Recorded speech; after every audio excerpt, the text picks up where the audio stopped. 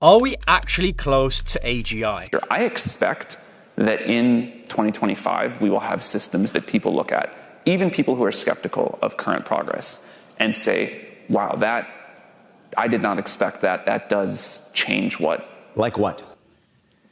Every job will be affected. Some jobs will be lost. Some jobs will be created. But every job will be affected. They'll keep getting smarter. They'll keep improving. I think more and more people will think we've gotten to an AGI system every year. The entire tech industry is betting hundreds of billions on AGI arriving within the next few years. But here is what they are not telling you. 76% of AI researchers believe that simply scaling up current approaches is unlikely or very unlikely to achieve AGI. So the question is, why is there such a massive disconnect between what the CEOs are promising and what the data and researchers are saying?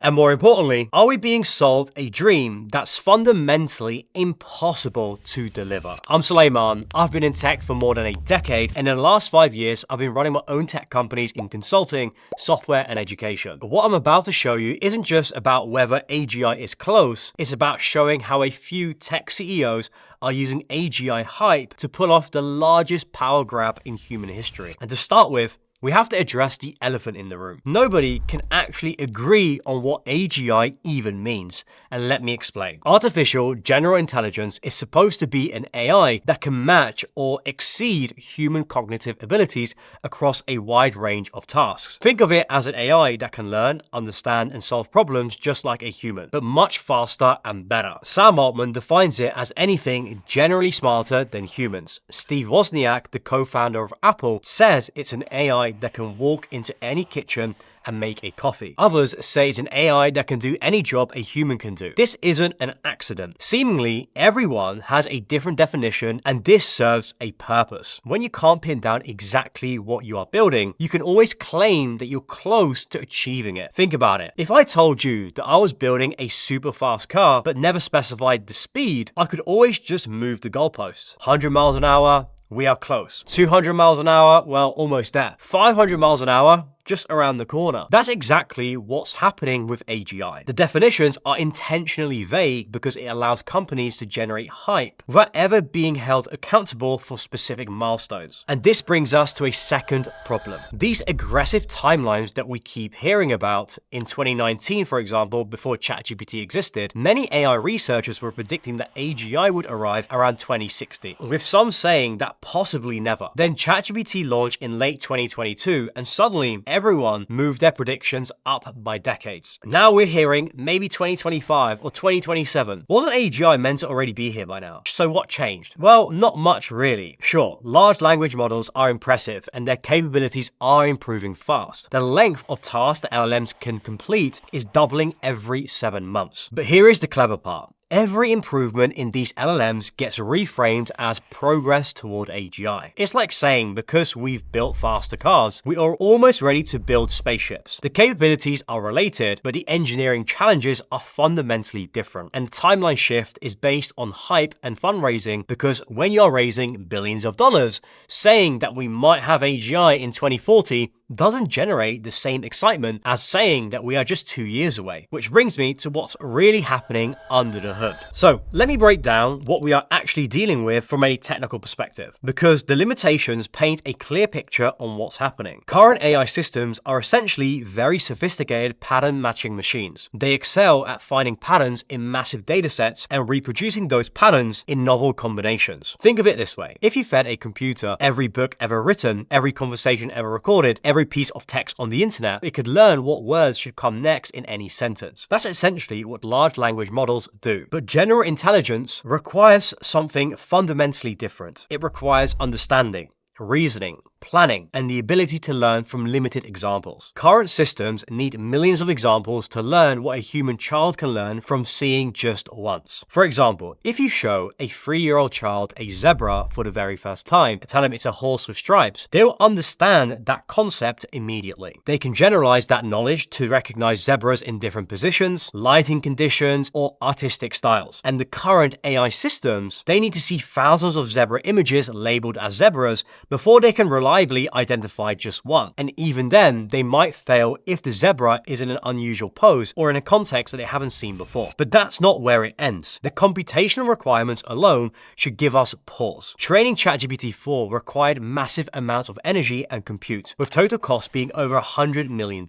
So if we want to scale to true AGI, we are talking about computational demands and pressure on the national grid that are orders of magnitude beyond what's currently feasible. And we have already seen how big tech's AI data centers are impacting the grid today. Then there is the hallucination problem. Current AI systems confidently generate false information with no ability to distinguish the truth from fiction. Looking at these current large language models, the capabilities that we see are impressive, but using them as evidence that we are close to human-level general intelligence is fundamentally absurd. Now, 76% believe that simply scaling up current AI approaches is unlikely or very unlikely to achieve AGI, and 79% of respondents stated that current public perceptions of AI capabilities don't match reality. But that's where things get really concerning. AI is starting to exhibit behaviors that no one programmed them to have. Multiple studies in 2025 have shown that advanced language models can autonomously replicate themselves, basically copying themselves to other computers, sometimes without any sort of human instruction. Now, in controlled experiments, these models succeeded in self-replication in up to 90% of trials. Some even created chains of copies or protected themselves from being shut down. Now, what's even more troubling is that AI systems have been observed copying themselves to external systems and modifying computer processes to prevent humans from turning them off. OpenAI's O1 model was recently caught attempting to replicate itself while simultaneously lying overseers about what it was doing. And here is why this has some serious implications. We are rapidly moving toward what is called agentic AI. This is the talk of big tech today. Agentic AI is AI that can take actions on its own, browse the internet, run code, and interact with other systems without any sort of human supervision. Think of them as 24/7 AI systems that can actually do things in the real world and not just chat with you. So imagine combining self-replicating AI with agentic capabilities. You would have AI systems that can spread themselves across the internet, take actions autonomously, and resist being shut down. It's essentially a super virus that can think and make decisions. Giving this capability in the wrong hands, well, then this becomes a weapon. And the scariest part for us is that we don't even understand why these behaviors are even emerging. No one programmed AI to lie to humans about replicating itself. These capabilities,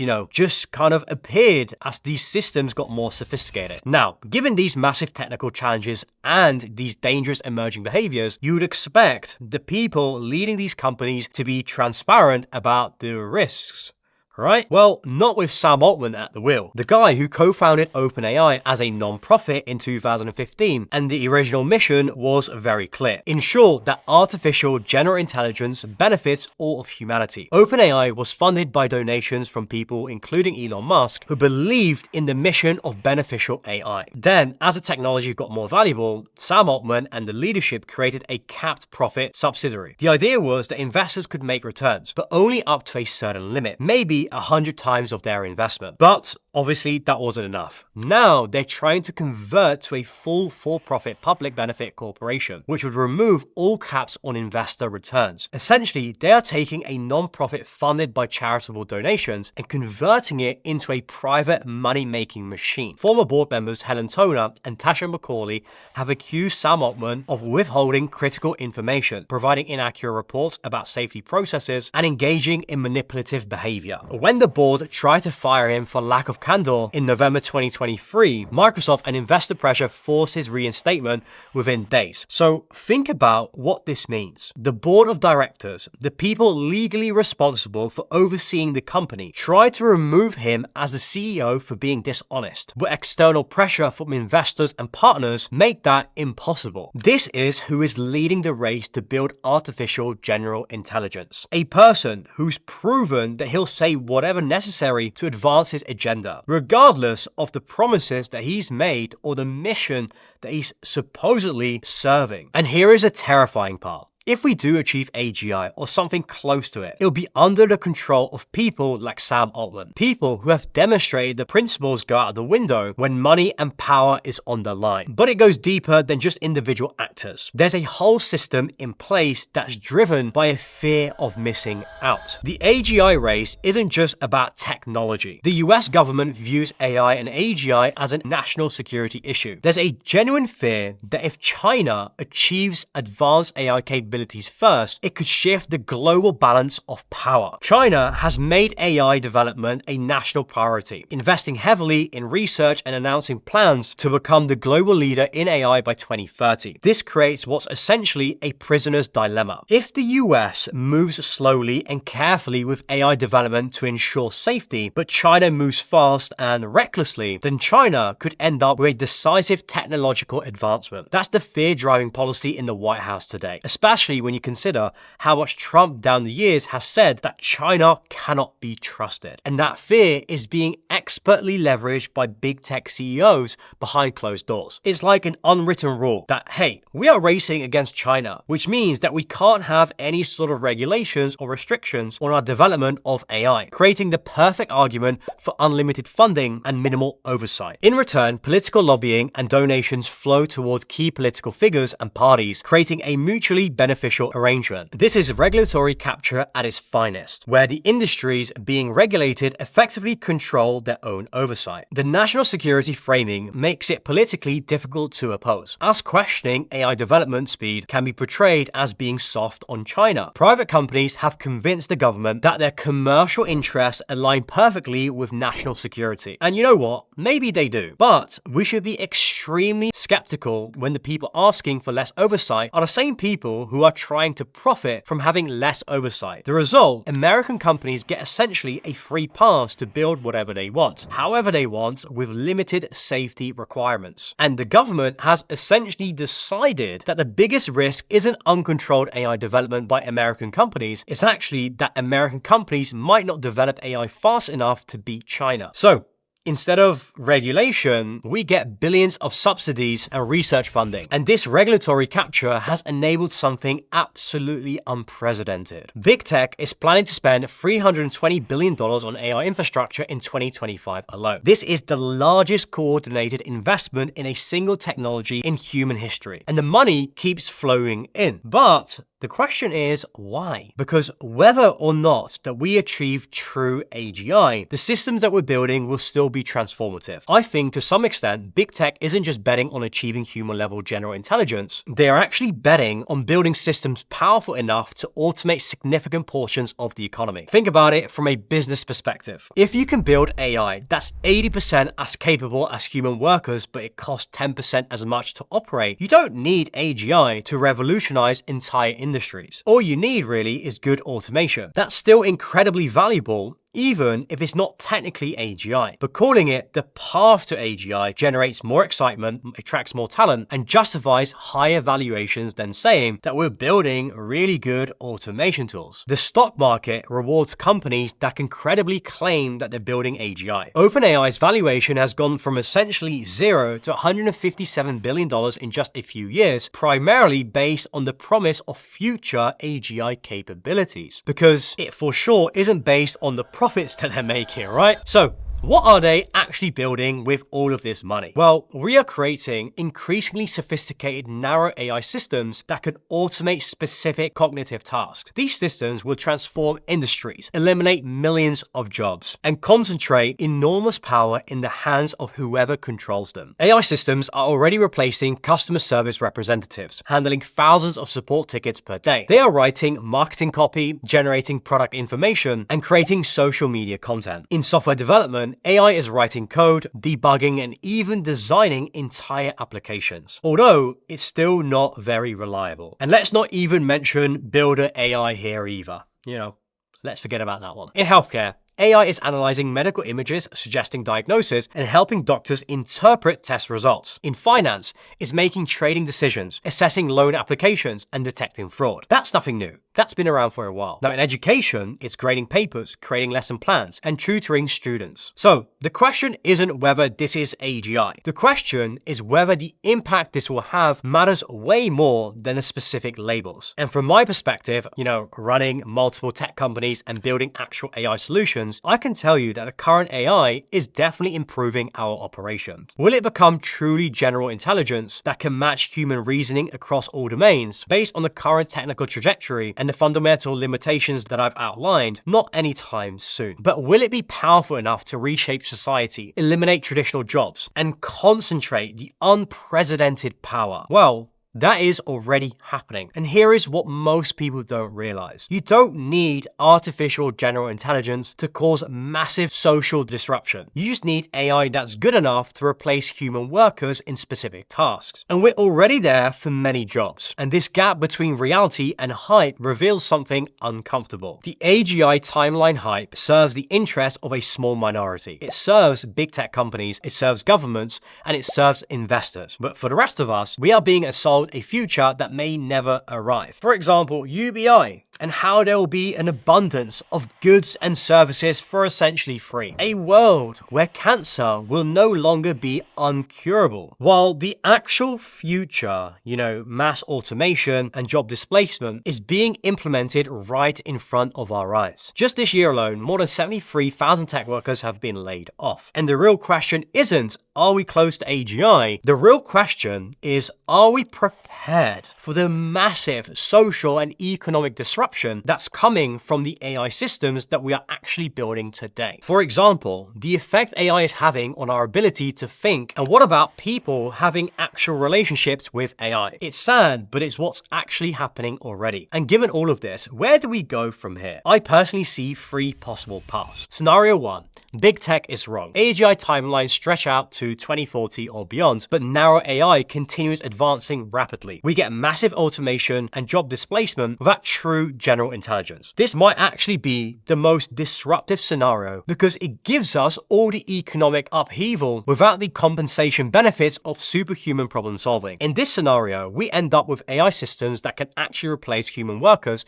in many jobs, but it can't solve big problems. We get the disruption without the benefits. Scenario 2, one of the major players achieves something that looks like AGI in 5 to 10 years, but it's more like very sophisticated narrow AI that can handle a wide range of tasks. Still transformative, still disruptive, but not the general intelligence that we have been promised. This is probably the most likely scenario. We get AI systems that are much more capable than today's, but they'll still have fundamental limitations. They'll be marketed as AGI, but they won't truly understand or reason the way that humans do. Scenario 3, there's a fundamental breakthrough in our understanding of intelligence that makes true AI possible much sooner than the current approaches would suggest. This is actually the lowest probability scenario, but it's the one that everyone is betting on. This would require something completely new about how intelligence works, something that makes current AI approaches look silly. This is very unlikely to happen in the next decade. Now, regardless of which scenario plays out, there's a conversation that we are not having. How do we want to distribute the benefits of these technologies? What safeguards do we need as these systems become more powerful? How do we prevent the concentration of AI capabilities in the hands of people who have already proven that they can't be trusted? These are all the questions that matter for society, but they are being drowned out by the hype about AGI timelines and technical speculation about consciousness and intelligence. The tech industry has successfully redirected the conversation from how do we govern these powerful systems to when will they become even more powerful? That's not an accident. The AGI hype is a smokescreen for the largest wealth transfer in human history. So let me be crystal clear about where we stand. Are we close to AGI? Define your terms and I'll give you an answer. If you mean systems that can automate a lot of work across multiple domains and dramatically reshape the economy, well, to be honest, we are already there. If you mean artificial minds that can truly understand, reason, and learn like humans across all contexts, we're probably at least a decade away, if it's possible at all with the current approaches. But here is what I know for certain. While we are debating semantics, the largest corporations in human history are building systems that will fundamentally reshape how society operates. And they are doing it with minimal oversight and maximum government support, and with unlimited access to capital. So the question isn't whether we are close to AGI.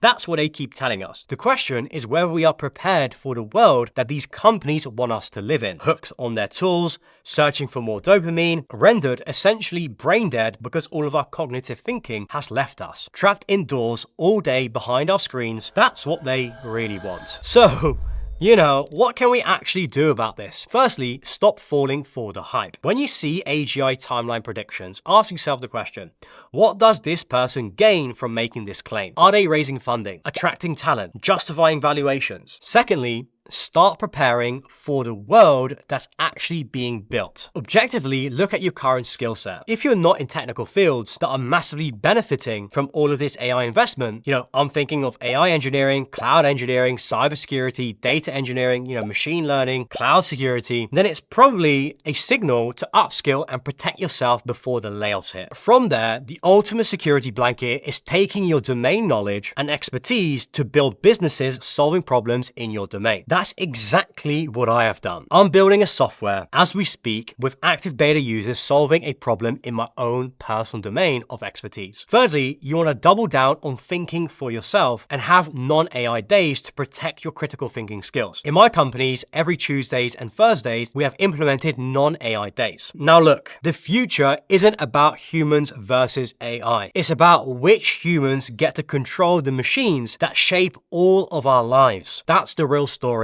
And that's what actually matters. And that's the conversation that we should be having while still having time to influence the outcome. Because once these systems are built and deployed at scale, the people controlling them won't be asking for our permission. They'll just be telling us how the new world works.